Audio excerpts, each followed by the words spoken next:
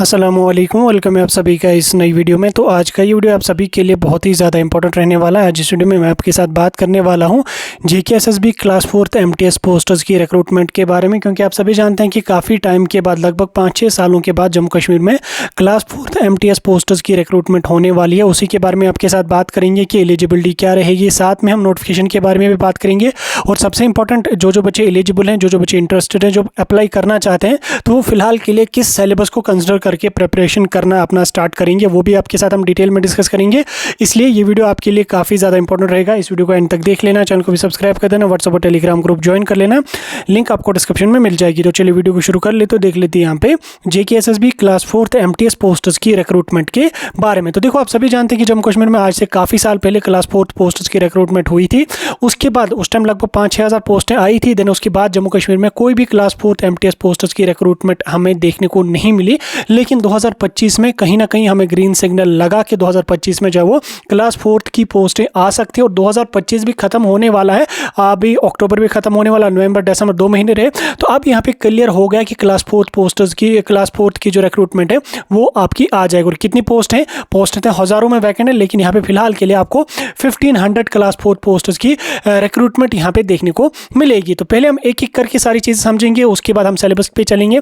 सबसे पहले मैं आपको एलिजिबिलिटी की क्राइटेरिया को लेके बात करूंगा। देखो, बहुत सारे बच्चे हम पूछते रहते हैं या बहुत सारे एस्पिरेंट्स पूछते रहते हैं कि इसमें एलिजिबिलिटी क्या रहेगी। देखो, इसमें एलिजिबिलिटी जो है वो आपका मिनिमम 10th होना चाहिए और मैक्सिमम आपका 12th होना चाहिए। ठीक, अगर आप ग्रेजुएट हैं, आपने पोस्ट ग्रेजुएशन करी है, तो आप इस पोस्ट के लिए एलिजिबल नहीं रहते हैं, क्योंकि पिछले रिक्रूटमेंट जो भी हुई थी उसमें भी 10th और 12th वाले एलिजिबल थे। और इस बार भी आपका 10th और 12th ही एलिजिबिलिटी क्राइटेरिया रहेगा। लास्ट टाइम जो रिक्रूटमेंट हुई थी आज से काफ़ी साल पहले, तो उस टाइम ग्रेजुएट्स ने भी फॉर्म भरा था, लेकिन देन उसके बाद उनको जो वो कैंसिल कर दिया गया, उनको एलिजिबल ही नहीं रखा गया। फिर काफ़ी सारे बच्चों ने एग्जाम दिया था, फिर उन्होंने फर्दर प्रोसेस नहीं किया, और काफ़ी सारे बच्चों ने फिर पहले ही एग्जाम से पहले अपना एग्जाम ही नहीं दिया था। तो इसलिए अगर आप 10th पास हैं या 12th पास हैं, तो ये आपके लिए एक अच्छा मौका रहने वाला है। अब इस बीच अगर कोई बच्चा यहाँ पे ग्रेजुएशन कर रहा है, लाइक वो फर्स्ट ईयर में है, सेकंड ईयर है, थर्ड ईयर है या फाइनल ईयर है, यानी कि अभी उसकी ग्रेजुएशन कंप्लीट नहीं हुई है, तो देखो, रजिस्ट्रेशन के टाइम अगर आपकी ग्रेजुएशन कंप्लीट नहीं हुई होगी तो आप अप्लाई कर सकते हैं। अगर आपकी ग्रेजुएशन कंप्लीट हुई होगी तो आप बिल्कुल भी अप्लाई नहीं कर सकते, और ना ही आप अप्लाई करना है, क्योंकि वो आपके लिए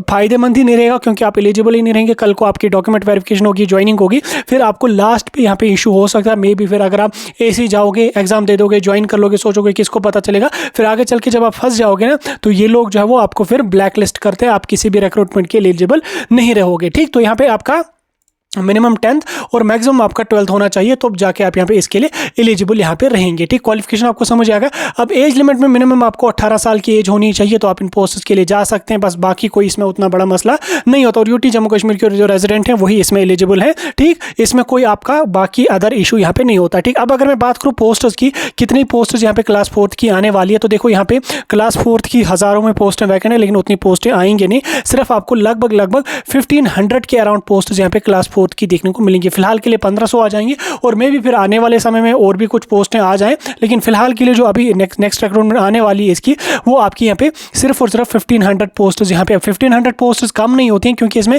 ग्रेजुएट्स तो एलिजिबल ही नहीं है, इसमें सिर्फ 10th और 12th वाले बच्चे एलिजिबल हैं, तो उनके लिए 1500 पोस्टें भी काफ़ी होती हैं, क्योंकि उसमें उतना हाई लेवल का कंपटीशन नहीं, क्योंकि ग्रेजुएशन जिस बच्चे ने करी है ऑब्वियसली उसने 3-4 जेकेएसएसबी के एग्जाम दिए हुए होंगे, उसको पता होता पूरा रोड मैप, उसको पेपर का पैटर्न, सारी चीज़ें पता होती हैं। लेकिन यहाँ पे जो है 10th-12th लेवल पे जो बच्चे होते हैं वो बिल्कुल सभी के सभी ऑलमोस्ट 90% यहाँ पे फ्रेशर्स होते हैं, और उनको पूरा पैटर्न, पूरी चीज़ें पता नहीं होती हैं, तो इसलिए उतना ज़्यादा कंपटीशन भी नहीं होता है और उतना कम कंपटीशन भी नहीं होता। लेकिन आप लोग जो वो अच्छी तरह से तैयारी करके एग्जाम में पार्टिसिपेट कर लें, और अच्छी तैयारी कर लें अगर आप इसमें एलिजिबल हैं। ठीक, अब अगर मैं बात करूँ रिक्रूटमेंट नोटिफिकेशन की, कब तक रिक्रूटमेंट नोटिफिकेशन आ जाएगी, तो वो डिस्कस करने से पहले मेरे ख्याल से पहले हम सिलेबस को थोड़ा सा देखेंगे, उसके बाद नोटिफिकेशन को डिस्कस करेंगे। तो देखो, सिलेबस यहाँ पे मैं जो आपको दे रहा हूँ, ये सिलेबस पिछला जब क्लास 4 की प्रीवियस रिक्रूटमेंट हुई थी, तो उसमें आपका ये सिलेबस था। ठीक, तो उस टाइम आपका जो पेपर आया था वो आपका 100 मार्क्स का आया था, लेकिन अब की बार आपका 120 मार्क्स का पेपर यहाँ पे आने वाला है, क्योंकि अभी फिलहाल के लिए जितनी भी रिक्रूटमेंट जेकेएसएसबी की हुई ऑलमोस्ट सभी में 120 मार्क्स का ही पेपर आता था। पिछली रिक्रूटमेंट में इन्होंने फिर रखा था कि जिनके फैमिली मेंबर कोई गवर्नमेंट एम्प्लॉय नहीं है उसको 5 मार्क्स मिलेंगे, जो ऑर्फन्स हैं उनको 2-3 मार्क्स मिलेंगे, और जो बाकी चीज़ें हैं, जो विडोज़ वगैरह हैं, उनको और भी 3-3, 4-4 पॉइंट्स मिलेंगे, तो वो अलग था। लेकिन इस बार वो मुझे नहीं लगता होगा। इस बार फिलहाल के लिए आप मान के चलें कि आपको 120 क्वेश्चन पूछे जाएंगे और 120 मार्क्स का पेपर रहेगा, ऑब्जेक्टिव टाइप क्वेश्चन होंगे, ठीक। OMR बेस्ड आपका पेपर रहेगा, CBT बेस्ड आपका नहीं होता है। तो इसमें फिलहाल के लिए जो एलिजिबल हैं, जो पार्टिसिपेट करना चाहते हैं, फिलहाल के लिए आप जनरल सिलेबस को तैयारी कर लो, ठीक। क्योंकि सिलेबस यही रहेगा, मे भी फिर कोई एक आधी चीज़ ऐड होगी, वो अलग चीज़ है, लेकिन बेसिक सिलेबस आपका यही रहेगा। देखो मैथमेटिक्स की अगर मैं बात करूँ तो इसमें फिलहाल के लिए आप परसेंटेज पढ़ लो, एवरेज पढ़ लो, टाइम वर्क एंड डिस्टेंस पढ़ लो, रेशियो एंड प्रोपोर्शन पढ़ लो, प्रॉब्लम्स ऑन एजेस पढ़ लो, प्रोबेबिलिटी पढ़ लो, LCM HCF पढ़ लो, देन उसके बाद मेंसुरेशन आप पढ़ लो, ठीक। ये चीज़ें जो है ये मैथमेटिक्स का कॉमन सिलेबस है, ठीक। यही आपका पिछले रिक्रूटमेंट भी था और ये आपको ऑलमोस्ट JK SSB के मैक्सिमम क्या मतलब ऑलमोस्ट सभी में ये चीज़ सिलेबस कॉमन देखने को मिलेगा। फिर कुछ पोस्टर्स में कुछ टॉपिक्स ऐड होते हैं और कुछ एक आधा टॉपिक रिमूव होता है, वो अलग चीज़ है, लेकिन फिलहाल के लिए आप इन चीज़ों को पढ़ लो। और खासकर time work and distance important है, परसेंटेज आपका इंपॉर्टेंट है, रेशियो प्रोपोर्शन आपका इंपॉर्टेंट है, और उसके बाद यहाँ पे आपका प्रॉब्लम ऑफ एजेस ये इंपॉर्टेंट है। तो ये सारे ऑलमोस्ट आपके इंपॉर्टेंट है। तो फिलहाल के लिए आप इन टॉपिक्स को प्रिपेयर कर लो। उसके बाद अगर मैं रीजनिंग की बात करूँ तो रीजनिंग में आपको कौन कौन सी चीज़ें यहाँ पे रह सकती हैं। तो रीजनिंग में आपको एनालॉजीज रह सकता है, रिलेशनशिप कंसेप्ट रह सकता है, फिगर ऑड वन आउट रह सकता है, डायरेक्ट सेंसेस रह सकता है, फिगर सीरीज कंप्लीशन रहेगा, वेन डायग्राम आपका रहेगा, नंबर सीरीज कोडिंग डिकोडिंग रहेगा। तो ये पिछले रिक्रूटमेंट में आपका सिलेबस था और मे भी ये सिलेबस आपका इस बार भी रहेगा। अगर इनकेस कोई एक आध चीज ऐड हो सकती है, लेकिन बेसिक आपका रीजनिंग का यही रहेगा। क्योंकि SSB की कोई भी पोस्ट आप देख लो, रीजनिंग में आपको ऑलमोस्ट ये पोर्शंस आते ही आते हैं। फिर कोई एक आधा टॉपिक अगर ऐड हुआ तो अलग बात है, लेकिन ये चीज़ें आपको फिलहाल के लिए पता होनी चाहिए और ये चीज़ें यहीं से आपका सिलेबस जो है आ जाएगा। इंग्लिश जो कि सबसे इंपॉर्टेंट कंपोनेंट होता है, इंग्लिश में आप क्या क्या चीज़ें पढ़ोगे, तो इंग्लिश में आप यहाँ पे याद रख लेना, इंग्लिश जो है वो बहुत इंपॉर्टेंट सब्जेक्ट है। इंग्लिश एक बहुत इंपॉर्टेंट सब्जेक्ट है और यही डिसाइड करता है आपकी सिलेक्शन। क्योंकि इंग्लिश में ही बच्चों की टांगें ऊपर हो जाती हैं, क्योंकि इंग्लिश का पेपर आसान नहीं था, ग्रामर बहुत डिफिकल्ट होता है, क्योंकि कम टाइम में ग्रामर को कवर करना पॉसिबल नहीं है। तो इसलिए फिलहाल के लिए आप ग्रामर को अच्छी तरह से प्रिपेयर कर लो। इसमें आप लोग जो है वो आर्टिकल्स वगैरह पढ़ लो, सिनोनिम एंटोनिम्स पढ़ लो, प्रीपोजिशन पढ़ लो, वर्ब पढ़ लो, रीडिंग कंप्रेंशन पढ़ लो, डिटर्मिनर्स पढ़ लो, स्पेलिंग कर लो, सेंटेंसेस पढ़ लो। तो ये पोर्शंस आपका जो इंग्लिश है यहाँ से आपका इंपॉर्टेंट है, क्योंकि ये आपका ऑलमोस्ट सभी SSB के पेपर्स में देखने को मिलेगा। सिनोनिम एंटोनिम तो SSB का फेवरेट है, ठीक। इसको मैं स्टार मार्क यहाँ पे करके रख रहा हूँ, ये SSB का फेवरेट और यहाँ से ज़्यादा क्वेश्चन पूछे जाते हैं। तो इसलिए इन पे अच्छा ध्यान आपको देने की जरूरत है। आर्टिकल्स, प्रीपोजिशन, वर्ब है, रीडिंग कंप्रेंशन है, डिटर्मिनेंट्स है, स्पेलिंग है, सेंटेंसेस हैं, ये सभी इंपॉर्टेंट है। इनको अच्छी तरह से पढ़ के जाना, ठीक। ये आपका बेसिक सिलेबस इंग्लिश में रह सकता है और मे भी कोई एक आधा टॉपिक आपका ऐड होगा, रिमूव होने की गुंजाइश नहीं है। उसके बाद सबसे इंपॉर्टेंट कंपोनेंट आपका जो GK GS है, ठीक। GK GS वास्ट सा कंपोनेंट है, लेकिन है ईजी, है बड़ा मजेदार, क्योंकि यहाँ पे आपका पूरा थ्योरी होता है, पूरा रट्टा होता है। तो इसमें आपको जो वो करंट इवेंट्स नेशनल लेवल के जो है वो पढ़ने पड़ेंगे। ये आपका जो है वो इसको फिलहाल के लिए आप छोड़ो, ये आप उसी टाइम प्रिपेयर कर लेना, ठीक। जो करंट इवेंट्स होंगे, ठीक, वो आप उसी टाइम यहाँ पे करंट अफेयर्स वगैरह में ये चीज़ें आती हैं, ठीक। तो फिलहाल के लिए अभी के लिए करंट अफेयर्स पढ़ने की जरूरत है। अभी के लिए आप लोग जो है वो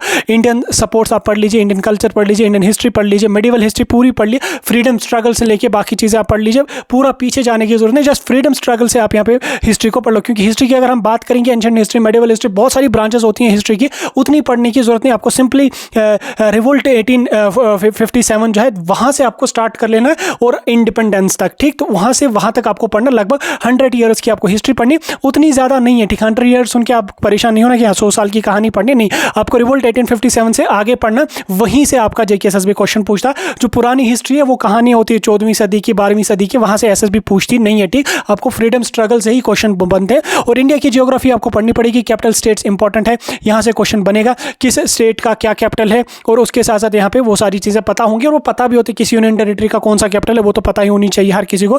जनरल साइंस आप पढ़ लीजिए, ठीक। 9th की जो जनरल साइंस है उसको पढ़ लीजिए। Health, hygiene and sanitation important है, साइंस का कंपोनेंट है आपका। ज्योग्राफी इंपॉर्टेंट है, geography of Jammu Kashmir, culture of Jammu Kashmir, history of Jammu Kashmir, ठीक। तो हिस्ट्री ऑफ जम्मू कश्मीर बिल्कुल आसान है, बिल्कुल ईजी है। तो फिलहाल के लिए GK GS में आप इन पोर्शंस को यहाँ पे कवर कर लेना। तो आप चाहें तो आप इसका स्क्रीनशॉट यहाँ पे ले सकते हैं। अब अगर मैं बात करूँ रिक्रूटमेंट की, तो रिक्रूटमेंट कब तक आ जाएगी? देखो, इसको यहाँ पे ग्रीन सिग्नल मिला है, रिक्रूटमेंट आपको बहुत ही जल्दी देखने को मिलेगी। मे भी आपको दिसंबर जनवरी तक जो है वो इसकी रिक्रूटमेंट देखने को मिलेगी। बहुत सारे लोग बोल रहे हैं कि नवंबर में ही इसकी रिक्रूटमेंट आने वाली है। मुझे नहीं लगता नवंबर में आने के उतने ज़्यादा चांसेस हैं, और दिसंबर जनवरी तक आपकी रिक्रूटमेंट यहाँ पे क्लास 4th की देखने को मिलेंगी। और अगर नवंबर में ही आई तो और ज़्यादा अच्छी बात है। बहरहाल इतना मैं ज़रूर आपको बोलूँगा कि रिक्रूटमेंट क्लास 4th की जो है वो वेरी सून आने वाली है। फिलहाल के लिए मैंने सारी चीज़ आपको समझाने की कोशिश करी। अगर वीडियो अच्छा लगा, लाइक शेयर जरूर कर देना, और इस वीडियो को अपने सभी दोस्तों तक जरूर शेयर कर लेना।